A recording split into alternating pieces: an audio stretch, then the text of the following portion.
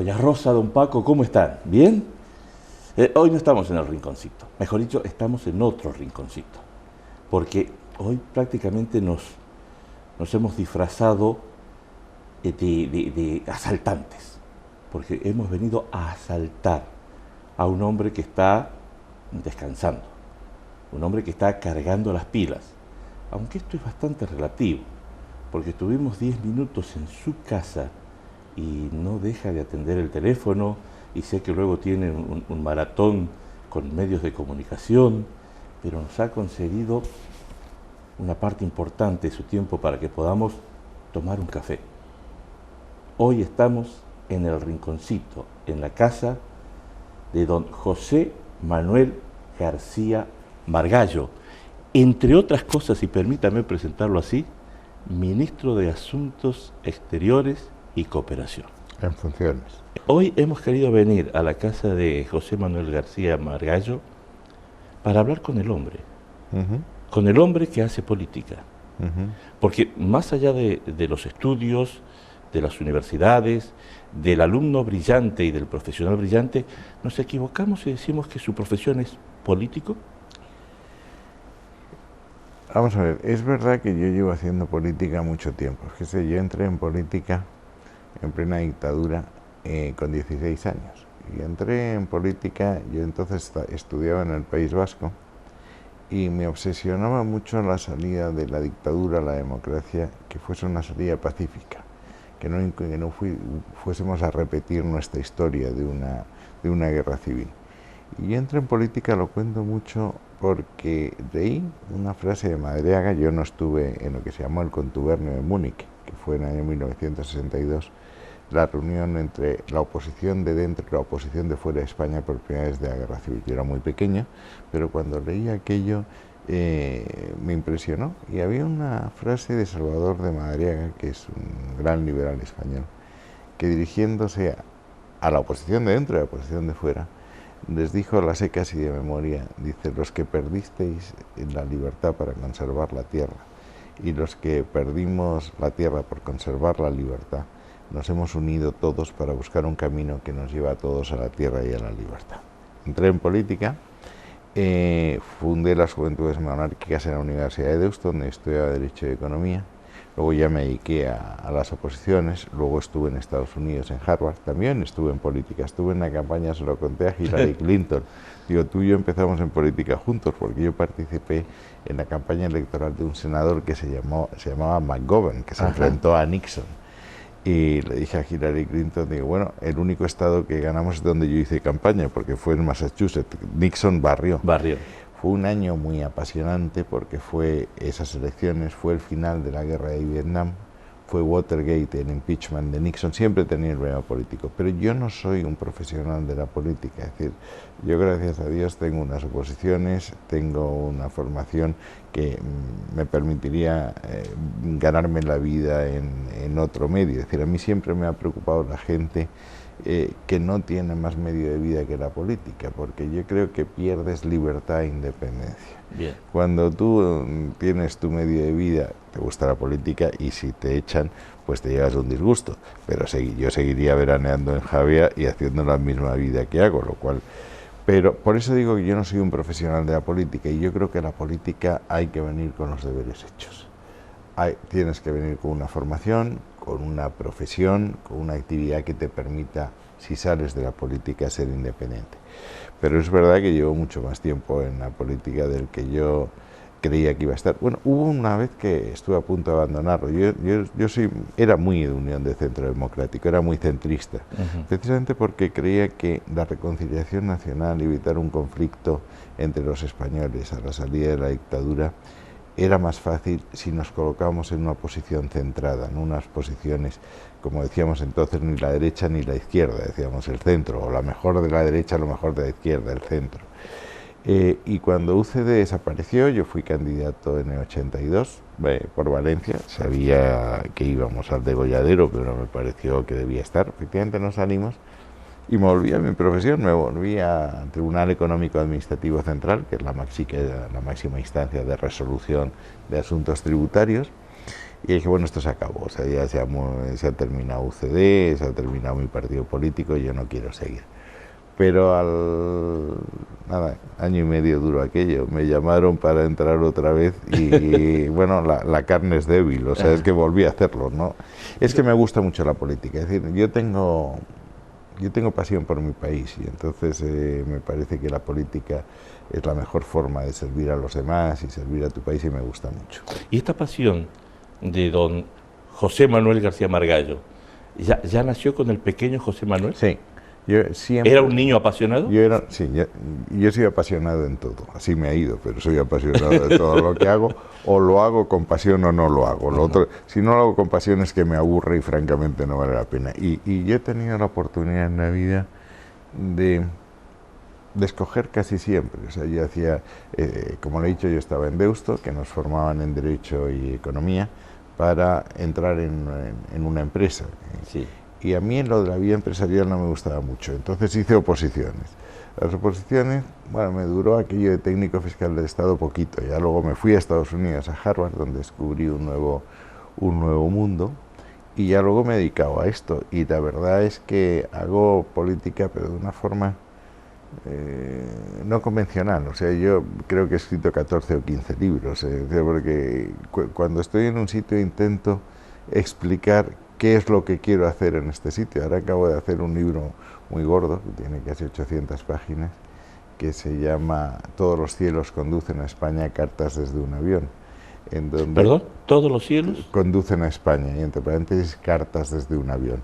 Entonces está toda la política exterior española en forma de epístolas a distintos personajes. Y han escrito, por ejemplo, todos los presidentes de la democracia, pero por ejemplo en América Latina, usted que es argentino, pues hay 4 o 5 cartas mías a las que contestan Enrique Iglesias, que fue secretario general iberoamericano, sí, Rebeca Grispan, Carlos Malamud del Elcano y Enrique Krause. Y entonces analizamos cómo está el continente. Es una carta que yo escribo y ellos me contestan.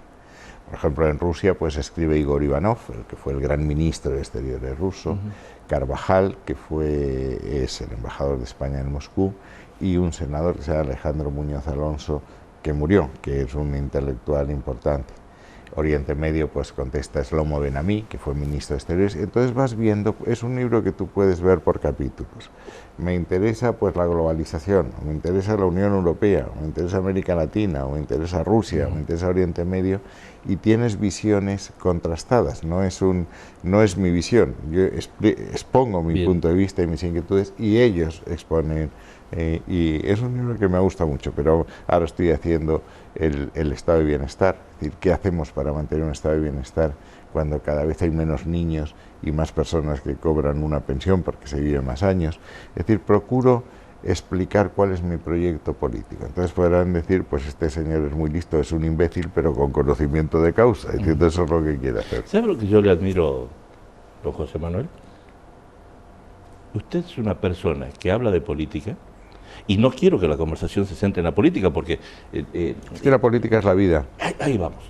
Pero es que yo quiero que la política no se hable con ese lenguaje, si usted me permite la expresión, a veces hasta almidonado, en un lenguaje impostado. Político. Yo quiero que lo entienda doña Rosa y don Paco. Eso es lo que yo procuro. Pero créame, cuando alguien está explicando algo y doña Rosa no lo entiende, es que el que lo está explicando no entiende lo que está diciendo. Bien.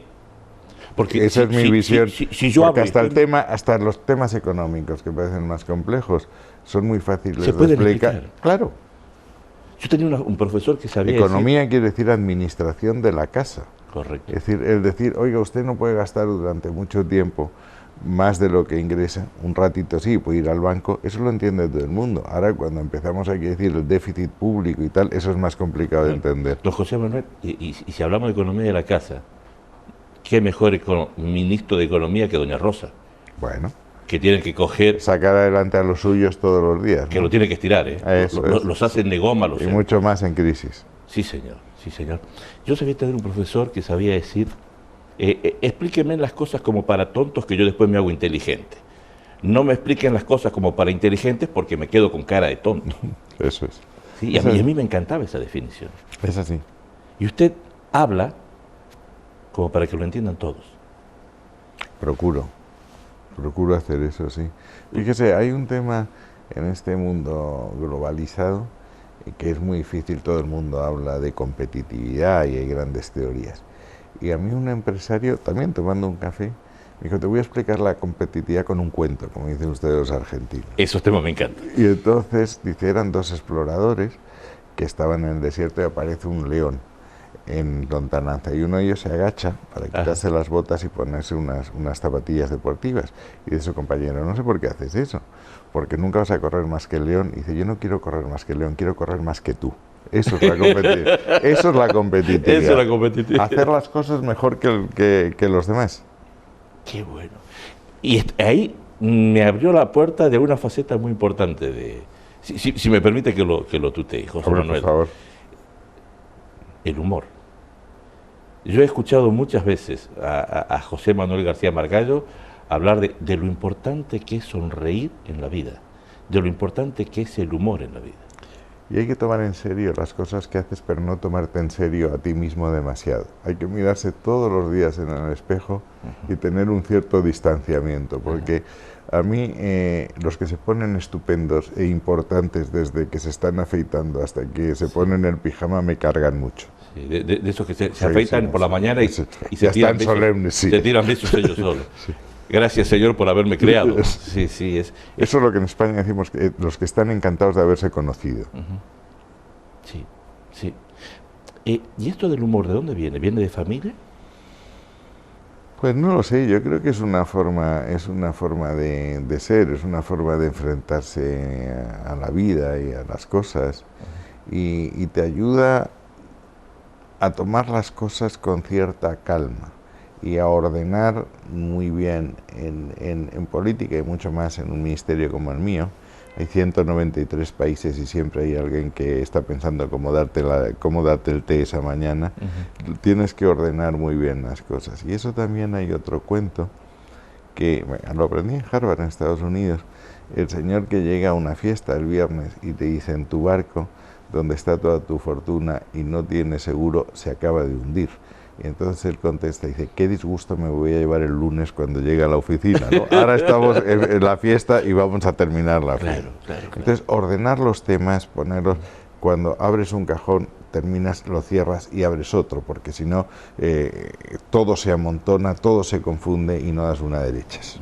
Pues sabe que el otro día escuchaba, allá que hablamos de los cajones, ¿no? Escuchaba a un sacerdote mexicano, esto que de las redes sociales que me lo enviaron, y dice el cerebro de la mujer y el cerebro del hombre. Y dice que el cerebro del hombre es como tiene pequeños cajoncitos.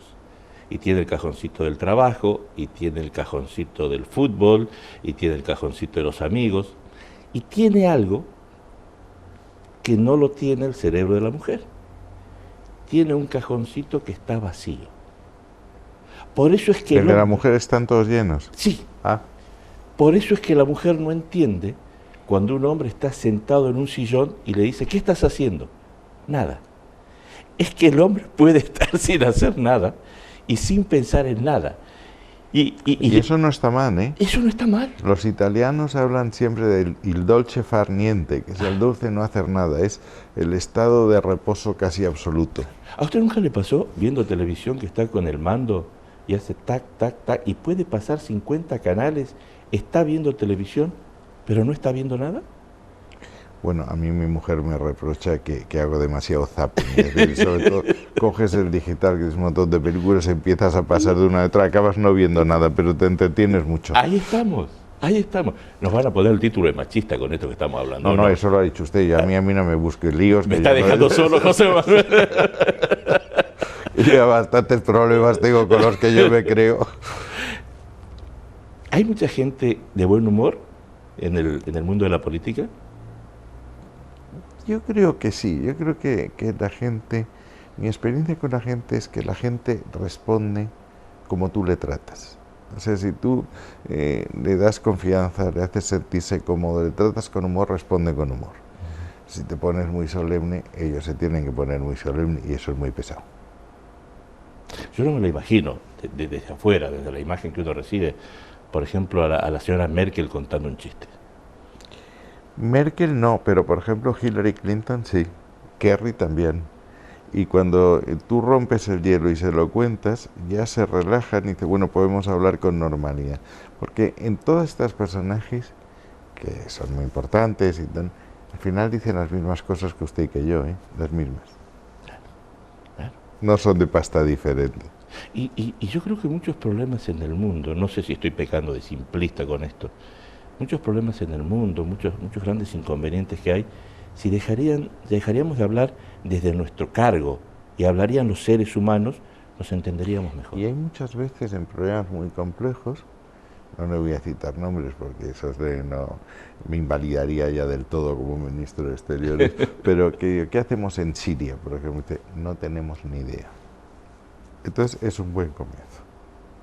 O sea, ¿qué hacemos ahora con estos atentados en Bruselas? Pues mire usted, es un fenómeno que conocemos muy mal, porque es un fenómeno nuevo, es un terrorismo radicalmente diferente, son comandos muy bien estructurados, muy bien entrenados, muy bien coordinados entre sí, no son los lobos solitarios. Entonces este fenómeno son células durmientes que las pueden despertar en cuestión de horas. Acuérdese lo que pasó en su tierra, en la sinagoga, ahora ha pasado en Estambul, ha pasado en el Sinaí, ha pasado en Bruselas.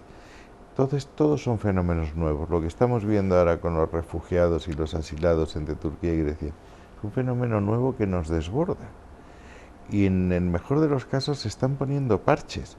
Pero mientras no haya una política de asilo e inmigración europea común, para poner este ejemplo, el tema no se resolverá. Entonces, el problema de la política, que es el problema de la vida, es que te enfrentas a fenómenos siempre desconocidos. Claro, cuando es a escala planetaria son muy complejos, con distintas versiones. Analizar lo que pasa en Siria, tienes un problema religioso entre sunis y chiíes. Entre los sunis tienes distintas versiones del Islam. Tienes potencias que se están disputando la hegemonía, Arabia Saudita e Irán. Tienes las grandes potencias que están haciendo una guerra por delegación, como son Rusia y Estados Unidos. Es decir, todo eso mezclado es un cóctel de muy difícil digestión y te exige muchas horas de reflexión. Por eso yo escribo. A mí el escribir me ayuda a ordenar las ideas, a poner las ideas una detrás de otra. Bien. Yo soy mucho de ir a los bares. Me gusta mucho ir al café. Yo siempre, es más, con el tema del fútbol, los lunes para mí ir al bar. Yo digo que la universidad del fútbol está en los bares los lunes a la mañana, porque ahí se hacen los buenos. Usted es futbolero, ¿no? Mucho. Del Madrid, no Madrid. estamos en el mejor año, pero en fin, haremos lo que podamos.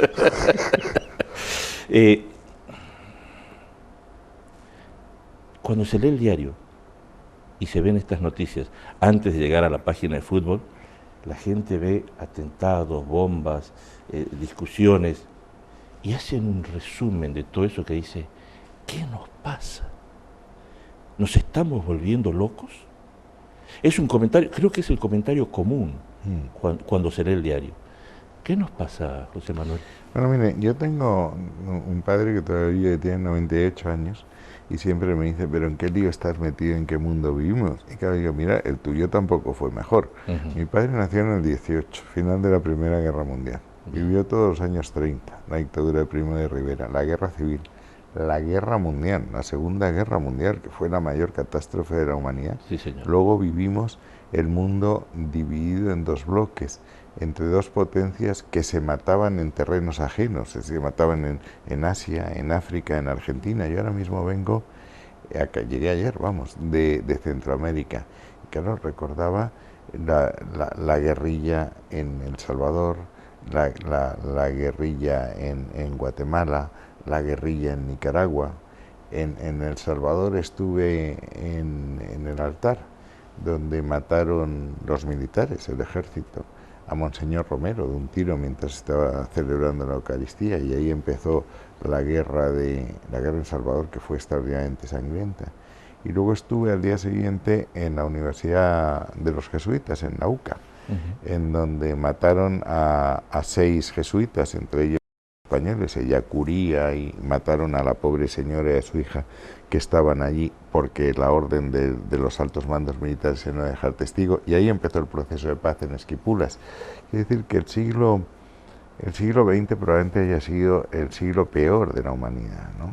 Si usted, hace 2 años estuve en Mauthausen celebrando el 70 aniversario de la liberación del campo, y cada vez que voy a Polonia voy a Auschwitz-Birkenau, entonces ven la maldad casi en estado puro, ¿no? El siglo XX fue un horror, y creo que los personajes, no, hablamos todos de Hitler y con razón, ¿no? Pero es que Stalin o Mao es que masacraron poblaciones enteras, ¿eh?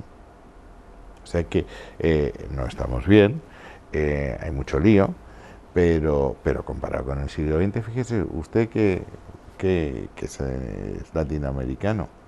Si nos sale bien, si nos sale, digo nos porque España está muy implicada en el tema, el proceso de paz en Colombia, que tenía que terminar el 23 de marzo, probablemente no termina el 23 de marzo, pero si termina 2 meses después, por primera vez, desde las independencias de España, Latinoamérica será un continente en paz, de arriba abajo, por primera vez.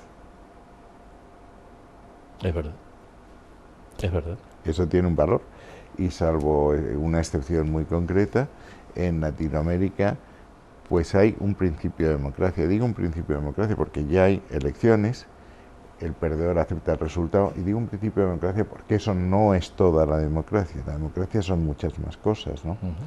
Mira, hay una cosa en Latinoamérica que a mí, yo tengo mucho contacto con el cardenal Ortega de La Habana, y el cardenal Ortega, yo soy demócrata cristiano, y bueno, estábamos hablando pues de los regímenes del ALBA, para entendernos, del castrismo, del sandinismo, del chavismo, de Correa, de Morales y tal, que hay algunas veces que desde aquí se entiende mal.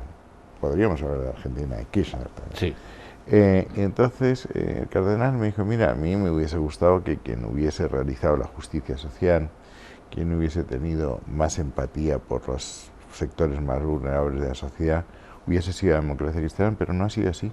Quien empezó a preocuparse por esta gente pues fueron estos movimientos, pues fue Castro, fue Chávez, o fue Morales, etcétera, y con todos sus defectos tienen una empatía con esa gente. Entonces yo siempre he creído que en economía hay que conseguir varias cosas al mismo tiempo. Hay que ser eficiente y competitivo, por lo del león, porque si no te echan, pero hay que tener la inclusión social y la atención máxima por los más vulnerables, porque una sociedad no puede ser feliz si una gran parte de esa sociedad no es feliz. Y ahora estamos en otro tema que es capital, que es el respeto al medio ambiente, si queremos un desarrollo sostenible. Todo eso hay que hacerlo al mismo tiempo, y estamos en un tiempo nuevo en economía. Lehman Brothers se ha llevado muchas cosas por delante, pero se ha llevado el liberalismo clásico, el liberalismo individualista puro, egoísta, ¿no? Y ya el muro de Berlín se llevó el socialismo real y el comunismo. Estamos en un mundo nuevo, con cada vez más necesidades. Mire, en Guatemala inauguramos un proyecto de saneamiento de agua, que es muy importante. En Guatemala solo el 15% de la población rural tiene acceso al agua saneada, y el 85% no. Y esa falta de acceso al agua saneada explica las grandes enfermedades infantiles. Un 52% de niños, por malnutrición en los primeros años, tienen algún tipo de tara. Y eso les lleva o a buscar la emigración a Estados Unidos, a buscar los empleos más bajos, porque están sin formación, o a meterse en las maras. José Manuel, usted me está diciendo que, pese a todos los titulares que vemos en los diarios hoy, ¿estamos mejor que el siglo pasado? Mucho mejor que el siglo pasado. ¿Estamos dando pasitos hacia adelante? Yo creo que partimos de una situación de partida, es infinitamente mejor. Primero, no tenemos los conflictos bélicos que tuvimos. Es que en el siglo XX, solo en Europa, que es lo que mejor conozco, la guerra 14-18, la guerra 39-45, se llevaron generaciones enteras de jóvenes, masacraron. Esto fue tremendo, ¿no? Eso no, en el siglo XX la mitad de Europa, la Europa oriental, estaba sometida a una dictadura salvaje y sin ninguna esperanza, la dictadura soviética en todos estos países. Estamos infinitamente mejor. Y luego desde el punto de vista económico, lo dramático es que por primera vez tenemos los medios para acabar con la pobreza y las desigualdades. Tenemos una situación económica que nos permite eso. Lo que pasa es la política otra vez.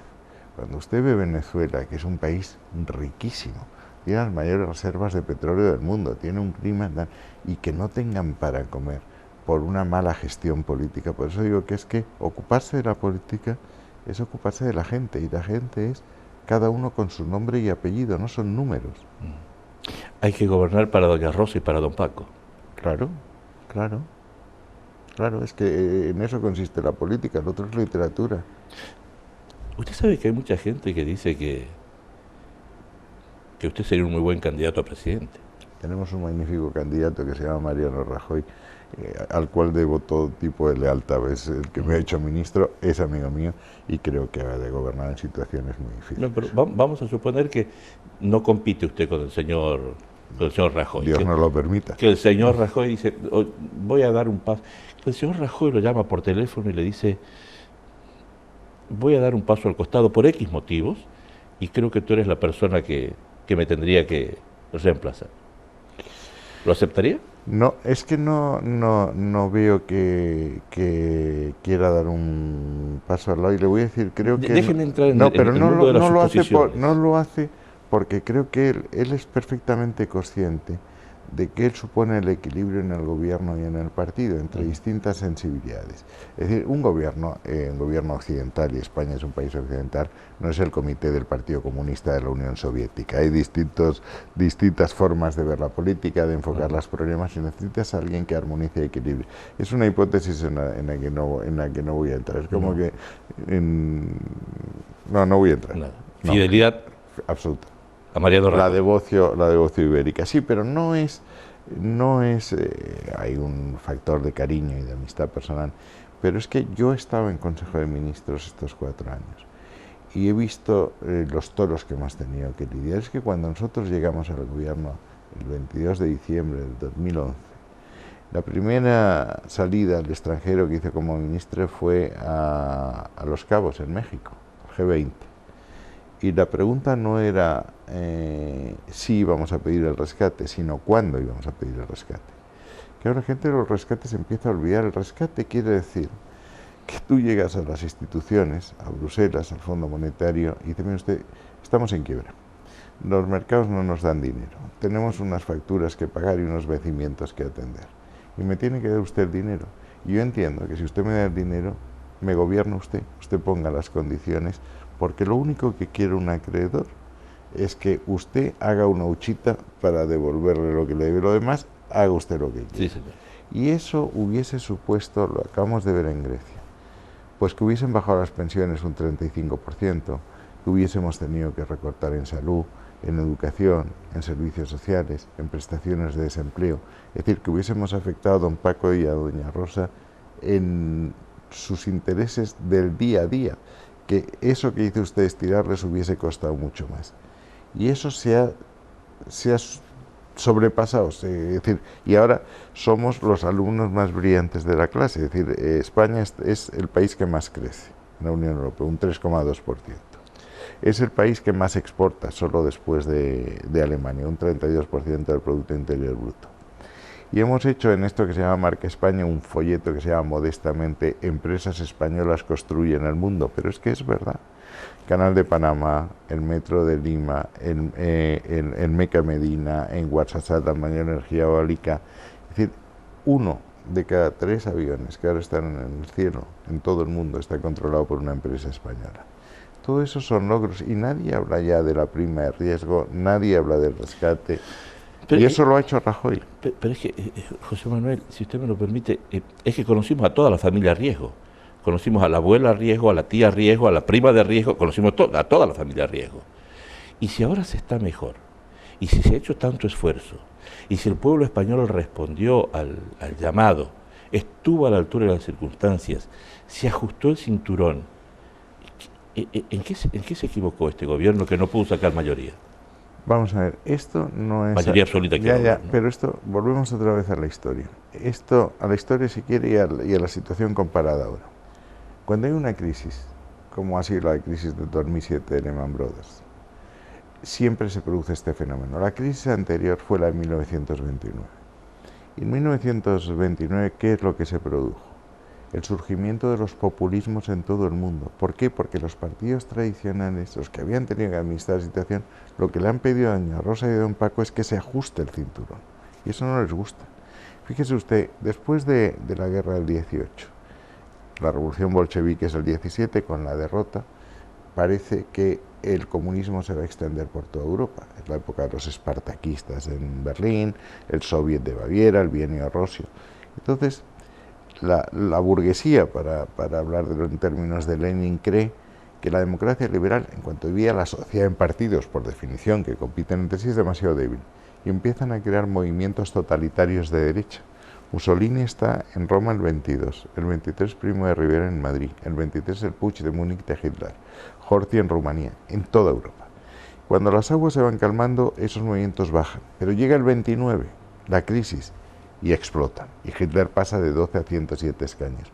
Stefan Zweig, que es un escritor que a mí me apasiona, dice El mundo de ayer, Memorias de un europeo, se suicida en Río el 42 porque su mundo, el mundo de la seguridad, de la estabilidad, de las certezas, desaparece. Y es un mundo de extremos que compiten entre sí y nos llevan a la guerra mundial. Y ahora ha pasado lo mismo después de 2007. Y ha pasado en España, ha pasado en Grecia con Syriza, Italia 5 estrellas, en Francia el Frente Nacional, en Portugal, en Inglaterra el UK Independence Party, en Alemania eran movimientos xenófobos. La gente reacciona en contra de lo establecido, porque es verdad que le hemos pedido ajustes. Y cuando ya aflora corrupción en periodos de ajustes, la indignación es total. Ahí viene el tema. Entonces, yo me estoy ajustando el cinturón. Hay alguien que está robando. Está comiendo caviar. Alguien está robando. No, comiendo caviar, bueno, pero sobre todo si está pagando el caviar con dinero robado, ya la cosa es mucho más. Preocupa más. Le puedo proponer, yo sé que usted es un amante del mar. Inclusive tiene el nombre de su barco es el nombre fenicio de Melilla, Rusadir. Yo fui diputado la primera vez por Melilla, y Melilla fue un enclave fenicio, y se llamaba Rusadir, y así se llama el barco. ¿Es cierto que en su círculo de amistades juegan mucho con el de mar gallo y lo de gallo? Desde pequeño. Desde pequeñito. Desde pequeñito. En el colegio yo navegaba ya. Cuando tenía yo mi primer barco, lo tuve con... Mi padre era muy aficionado a la mar y yo hacía regatas. Y era bastante bueno, ¿eh? Fui campeón de España junior. Hombre, no sabía eso. Entonces me llamaban el gallo margallo. El gallo margallo. Y entonces mi primer barco se llamó Kikiriki y tenía una bandera gigantesca con un gallo. Y si ve usted, la casa está llena de gallos por todas partes. O sea, lo he llevado con cierta dignidad. El pitorreo lo he llevado con... Pero eso es una picardía también. Porque como jugaban con esto, digo, le voy a dar la razón para que voy a discutir. Claro. ¿Con quién le gustaría discutir y tener un duelo importante, ¿sí? Intelectual, político, humano, de los personajes que usted ha tenido la suerte de conocer? Es interesante Hillary Clinton. Es una mujer interesante. La admira mucho a Hillary Clinton. Bueno, es que no ha tenido una vida fácil, es decir, con la personalidad que Hillary Clinton tiene, el haber aceptado durante 8 años un papel secundario respecto a su marido no es sencillo. Luego se enfrenta a unas elecciones que teóricamente iba a ganar y las pierde con Obama. Y acepta ser secretario de Estado del país más importante del mundo en política exterior, ¿no? Política exterior y en política interior. Es una persona a la que hay un personaje latinoamericano que a mí me fascina, que no es de mi corriente, que es Lagos, el presidente Lagos, que me parece un hombre de una enorme inteligencia. Y es un hombre importante. ¿Hillary Clinton va a ser la nueva presidenta, la futura presidenta de Estados Unidos? Todo apunta. Es decir, en el campo hay un tema que a mí me ha hecho reflexionar ahora, que España es un país de modas, como todos, ¿no? Y ahora todos estamos en las primarias como si fuese el bálsamo de Fierabras que todo lo arreglase. Claro, las primarias, que llevan mucho tiempo en Estados Unidos, obliga a los candidatos a polarizarse. Y luego cuando quieren volver al centro es muy complicado. Entonces, en el Partido Republicano lo que se ha producido es una polarización a la derecha extraordinaria. No hablo ya solo de Trump, es que Cruz, que es el que queda, incluso Rubio, que acaba de caer, se habían polarizado enormemente para atraer los votos de la derecha, fundamentalmente del Tea Party. Y ahora volver al centro les va a ser muy complicado. Entonces yo creo que todo apunta a que Hillary Clinton, si no tiene algún percance judicial con la historia esta de los correos y de tal, va a ser la nominada demócrata, y yo creo que tiene grandes posibilidades de ser la presidenta, porque el otro campo está muy fuera de foco. Es decir, usted que es futbolero, el partido se gana en el centro del terreno, sí, y estos están muy en un extremo. Ahí está la usina futbolística, en el círculo central. En el círculo central. Sí, a nosotros nos ganan por Busquets y Iniesta, ¿no? No, es que usted me tira un centro, José Manuel, y yo se lo voy a cabecear. Además, tengo con qué cabecear. ¿Cristiano o Messi? Messi. Yo soy ¿Pero muy... usted es del Madrid? Sí, pero entiendo de fútbol y procuro ser imparcial y objetivo. Messi es el mejor jugador que yo he visto en muchísimo tiempo. Es un jugador tan completo como fue Di Stéfano, juega en todo el terreno, juega para el equipo, que eso es muy importante también en política, mientras que en el Madrid el equipo juega para Cristiano, que eso ya no es tan importante ni da tan buen resultado. Usted sabe que esto le va a traer... Esto es una orquesta, no es solista. Le va a traer problemas en el palco del Madrid. No, bueno, Florentino entiende de fútbol y tiene que admitir que la gran diferencia entre el Barcelona y el Madrid es Messi. Esa es la gran diferencia. Nosotros con un Messi en el resto de los se puede jugar al fútbol. Es decir, Bale no es peor que Suárez. Y Benzema no es peor que Neymar, juegan en puestos distintos, ¿no? Pero... ¿Y quién es el Messi de la política española? Hombre, yo tengo que decir que Mariano Rajoy, como es obvio, que es el presidente del gobierno, que nos ha sacado de esta, ¿no? Ajá. ¿Le puedo proponer un ping-pong de preguntas y respuestas? Porque se me está acabando el café. Muy bien. José Manuel. Sí, para que me lo defina con pocas palabras. Pedro Sánchez. Muy inmaduro. Muy inmaduro. ¿Muy? Inmaduro. Inmaduro. Es decir, no acabo de ver cuáles son sus propuestas ideológicas, y no acabo de entender que le dé igual aliarse con Podemos que con Ciudadanos, porque son fenómenos incompatibles.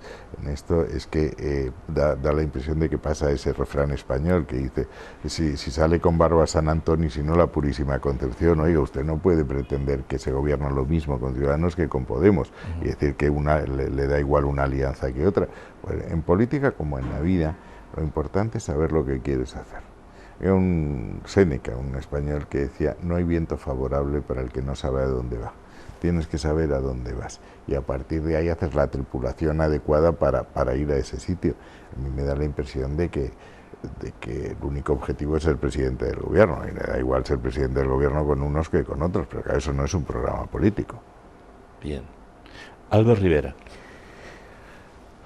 Muy desconcertante. Es decir, yo creo que yo con Albert Rivera puedo coincidir en muchas cosas. La más importante, por la que admiro a Albert Rivera, es que ha sabido defender la unidad de España en Cataluña en un terreno adverso, ¿no? Yo creía que coincidíamos también en nuestra concepción de la economía social de mercado, no economías totalitarias, en nuestro proyecto europeo, pero yo creo que ha hecho una apuesta estratégica que le ha descolocado. Es decir, él ha apostado por Sánchez creyendo que iban a hacer gobierno, con seguridad, porque el Partido Popular iba a ser presionado para abstenerse. Eso no ha ocurrido, y ahora se encuentra con que en unas nuevas elecciones le va a resultar difícil explicar por qué se ha entregado con armas y bagajes a Sánchez. Es decir, supongo que en la campaña nosotros diremos, oiga, si quiere usted votar a los socialistas, vóteles directamente, no tiene usted que votar a Rivera para que les dé el voto. Yo espero que modifique esta postura estratégica y que vaya a lo importante. Lo importante es qué necesita España en el momento actual, en este momento histórico, en un mundo que está cambiando, en vísperas de una desaceleración económica, cuando la economía está convaleciente, con un desafío secesionista, y eso requiere, insisto, una coalición de los tres grandes partidos, que son los únicos que pueden hacer las reformas necesarias para afrontar esos desafíos y que, por tanto, vuelva al sentido común, apostar por esa triple coalición, y creo que pueden aportar muchas cosas. Yo desde luego coincidiría con Rivera sin problema en lo que es la lucha contra la corrupción, en la simplificación de las normas sobre los autónomos. Hay cosas muy aprovechables, pero yo creo que tiene que centrarse y fijar una estrategia clara, no dar bandazos de hoy Sánchez, mañana, porque además le van a dejar colgado de la brocha, ¿eh? Pablo Iglesias. Pablo Iglesias yo he leído muchos de los libros que ha hecho, el último se llama La democracia face a Wall Street, luego tiene uno que se llama Por una nueva transición, discutiendo la democracia. Él tiene tres iconos intelectuales, uno de su país, que es Laclau, pero luego está Gramsci, está Lenin, es un leninista puro. O sea, lo que sostiene, lo dice con absoluta claridad, que ellos van a los poderes institucionales para desde ahí cambiar la correlación de fuerzas actual en la sociedad, que no permite hacer la revolución, y cuando cambien esa correlación de fuerzas harán la revolución. O sea, eso es puro leninismo, es leninismo en vena. Por tanto, a diferencia de Sánchez y Rivera, sabe lo que quiere y dice lo que quiere, y los socialistas harían bien en leerlo, porque su objetivo es superar al Partido Socialista y convertirse en la fuerza hegemónica de la izquierda. Él lo dice con absoluta claridad. En el líder de la izquierda española. Exacto, o sea, él le dice, habla mucho de hegemonía, supremacía, muy de Gramsci. Él dice que entrar en una postura de subordinación con el PSOE es el final de Podemos y el final de la revolución. Por eso él dice un gobierno paritario, reservándose las palancas desde las que se transforma la sociedad, y no va a aceptar otro tema. Y su modelo es Grecia, o sea, es lo que él llama la pasoquización, es decir, cuando superan al Partido Socialista. Digo que los socialistas harían bien en leer la historia. Hay un pasaje muy conocido de la historia de la Revolución Rusa de Trotsky, que dice: sin un personaje tan débil de carácter y tan indeciso como Kerensky, los bolcheviques no hubiesen triunfado. Entonces, los socialistas tienen que tener cuidado de no ser el Kerensky que facilite la llegada de Podemos. Y en España fue Largo Caballero. Largo Caballero, Azaña le encarga el gobierno de la República en septiembre del 36. Él pide que entren los comunistas, no quieren, Stalin les fuerza a entrar, y en mayo del 37 barren a Largo Caballero y lo sustituyen por un personaje más dócil, que es Negrín. Y Carrillo les levanta la merienda, porque hace las Juventudes Socialistas Unificadas y se lleva al Partido Comunista a las Juventudes Socialistas. Y los socialistas tienen que tener mucho cuidado con quién se alían. Esto a mí me recuerda una frase, me parece que era de Samuelson. Dice, hay que tener, cuando hablaba con equivocación de que España iba a entrar en el euro, decía, ojo que se meten ustedes en la cama con un gorila. Es decir, antes de meterse en la cama hay que levantar las sábanas y ver si hay un gorila o no, porque eso es peligroso. Bien, bien. En pocas palabras, Mariano Rajoy. A mí me parece un personaje, yo lo dije en alguna conferencia, se torea como se es, y él lo que tiene es temple. Él es muy ordenado, puede parecer que no se acelera, y efectivamente no, la aceleración no es una de sus características. Maneja sus tiempos y ya no le mueve nadie, y tiene otra característica muy importante, es extraordinariamente independiente. Cuando decía antes que se había confiado en que nosotros nos íbamos a abstener para facilitar un gobierno PSOE Ciudadanos, para evitar que llegase Podemos, que es lo que aterra a la clase dirigente económica española, se llegó a pensar que iba a haber tal presión sobre Rajoy que se iba a abstener. Rajoy es extraordinariamente independiente de los poderes económicos.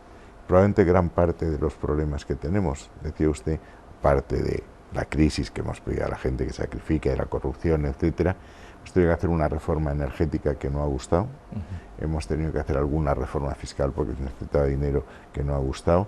Es decir, temple, independencia y lo que para mí es más importante en un político, que es patriotismo. Decía De Gaulle en sus memorias de guerra, dice, yo siempre he tenido una idea muy clara de Francia. Me dice, me la dicta tanto la razón como el sentimiento. Sin patriotismo uno se puede hacer dependiente del Corte Inglés. Lo que no puede estar es en política.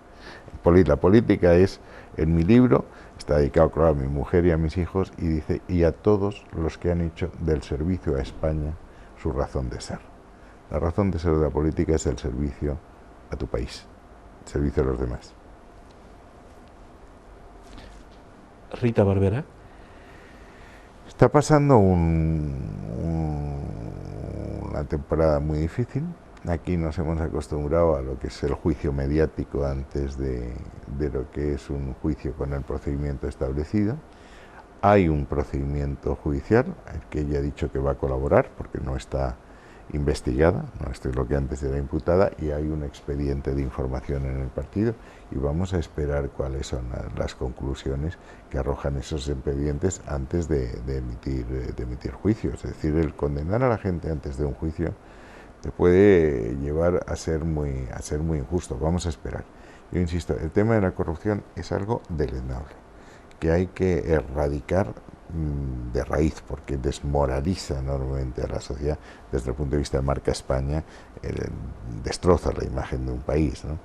Y rompe la cohesión social, ese pacto social que pides a la gente que ajuste, que trabaje y tal, y dice, oye, ¿y usted qué? No estoy hablando de Rita en este caso, que me parece que no es, pero vamos a esperar porque estos juicios mediáticos son terribles, destrozan a una persona y luego eso no tiene solución, aunque se archivase la causa o si no se archiva hubiese absolución, te han dañado lo más sagrado de una persona. Los españoles, yo creo que los latinoamericanos también, lo del honor es importante, somos muy calderonianos, sí. Eso que dice, al rey la hacienda y la vida se ha de dar, sí. Pero el honor es patrimonio del alma y el alma solo es de Dios. Sí, señor. Ya me dijo que Mariano Rajoy es fidelidad al amigo, al político, pero claro, el ciclo de Mariano Rajoy tiene que llegar a algún momento a su fin. ¿Hay alguien que esté en estos momentos que goce de la simpatía de José Manuel García? Hay mucha gente, pero es que los problemas hay que plantearlos cuando surgen. ¿A usted le gusta el fútbol? El fútbol sí, ¿el cine? El tenis también. ¿Y el cine? ¿El? Cine. También. ¿Se acuerda de Casablanca? Cuando sí. el nazi el oficial nazi le dice a Rick, usted que dice, yo soy neutral, regento un café, dice, ¿qué le parecería a usted ver a nuestras tropas en Londres? Me dijo, pregúntemelo cuando hayan llegado. Y luego dije, y en su amada Nueva York, dice, yo hay barrios en que no les aconsejaría entrar. Sí. Pregúnteme cuando se produzca la sucesión de Rajoy, ya veremos quién está en esos momentos, quién es la persona. Pero afortunadamente personas de valía en la sociedad española y por tanto en la política española hay muchas, pero tenemos que tener cuidado una cosa. Estábamos hablando antes del sistema, de la generalización de la sospecha de los políticos. Eso hace que mucha gente de valor no entre en política. Y eso es muy grave. Bien. Es decir, estamos asistiendo a que cada vez más gente dice, oiga, yo, ¿para qué me voy a meter en eso?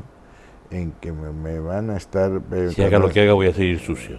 Claro, y si claro, no, claro, o me van a ensuciar. Claro, entonces eso es que no tienes cantera, no tienes banquillo. Entonces, todavía hay banquillo. Pero ojo con lo que estamos haciendo, porque esto está peor pagado que otras profesiones similares a niveles tal. Encima tienes la sospecha de corrupción y dice, oiga, mire usted, esto no es para mí, me dedico a otra cosa que viviré mucho más tranquilo, porque esto es una cosa de 24 horas, ¿sí? 24 horas, 365 días. Aquí no hay fines de semana, aquí puede haber un atentado el sábado o el domingo, o puedes tener un conflicto con no sé qué país, o puede aparecer Cristina Kirchner y expropiar YPF, Repsol de la noche a la mañana De la noche a la mañana. De la noche a la mañana. De alguna manera, cuando le pregunté sobre el recambio de Mariano Rajoy, usted me aplicó el chiste que me contó. Pregúntamelo el lunes. Claro, claro, claro. Lo mucho que me voy a preocupar. Se me acaba el café, ahora sí. Tengo ahí algunos amigos que me parece que me hacen acordar a que hacen aparcar los aviones, ¿no? Y me hacen señas y sé que es un abuso del tiempo que le estoy robando. Pero, don José Manuel, yo no quisiera cerrar este café sin que José Manuel García Margallo me diga dos cosas. Primero, ¿qué es la vida? Supongo que eso es la esencia de la filosofía, ¿no? ¿Qué es la vida, no?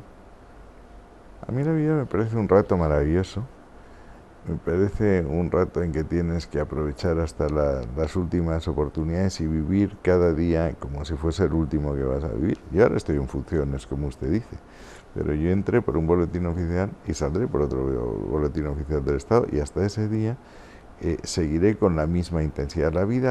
Yo creo que el secreto de la vida es, primero, la curiosidad, segundo, la intensidad, la pasión. Pone mucho el acento en el tema de la pasión. Es que nada se puede hacer sin pasión, ni tu trabajo, ni tu vida familiar, ni tu vida personal, ni el deporte, sino, es decir, lo contrario de la pasión es ser un ser anodino, o sea, un ser un poco que te da todo igual, muy meninfot, que se dice en Valencia, ¿no? Y eso es la actitud ante la vida que a mí no me gusta. En la vida yo tengo que pasarlo bien. Y por último, ahí está doña Rosa, está don Paco. Doña Rosa tiene problemas económicos, a veces hay que estirar mucho el sueldo, la nómina, a veces no hay nómina, tiene el hijo que no tiene trabajo, se invirtió tanto esfuerzo y ahora se tiene que ir afuera, está viendo un futuro no del todo brillante, y ellos son españoles, y quieren España, y quieren esta tierra, y la sienten. ¿Qué le decimos a ellos? ¿Qué le decimos a los que se ajustaron el cinturón? Que estamos mucho mejor de lo que estábamos hace 4 años, que hemos evitado el naufragio del barco, que nos hubiese afectado a su vida cotidiana, como he dicho antes, que estamos ahora en condiciones de devolver a la gente, especialmente a la gente que más se ha sufrido, que más ha ajustado el cinturón, parte de la recuperación si seguimos creciendo, y que eso es lo que tenemos que hacer, seguir creciendo, seguir creando empleo, porque solo cuando la gente está trabajando, está pagando sus cotizaciones y pagando sus impuestos, podemos darles eso que hacen la vida digna de ser vivida, la educación para sus hijos, la sanidad, los servicios sociales, en definitiva, la felicidad, que es lo que aspira el ser humano en la vida. Estamos en mejores condiciones si no hacemos una tontería y variamos el rumbo de forma muy notable, a que acabamos en una situación a la venezolana. Vienen mejores años y tenemos que acertar, insisto, en seguir creando oportunidades para la gente, en reparar, devolverles parte del sacrificio que han hecho ahora que estamos en condiciones, pero que las cosas van infinitamente mejor que iban. Queda mucho por hacer, un país que tiene un 24% de paro, 24 de cada 100 españoles que se levantan todos los días a buscar un puesto de trabajo y no lo encuentran, no puede darse por satisfecho, pero estamos infinitamente mejor que estábamos, y yo creo que estamos como en la Biblia. Ahora ven las vacas gordas y las vacas flacas, sí. No son gordísimas, pero están más rellenitas que hace 4 años. Don José Manuel, muchas gracias. Vale. Un placer.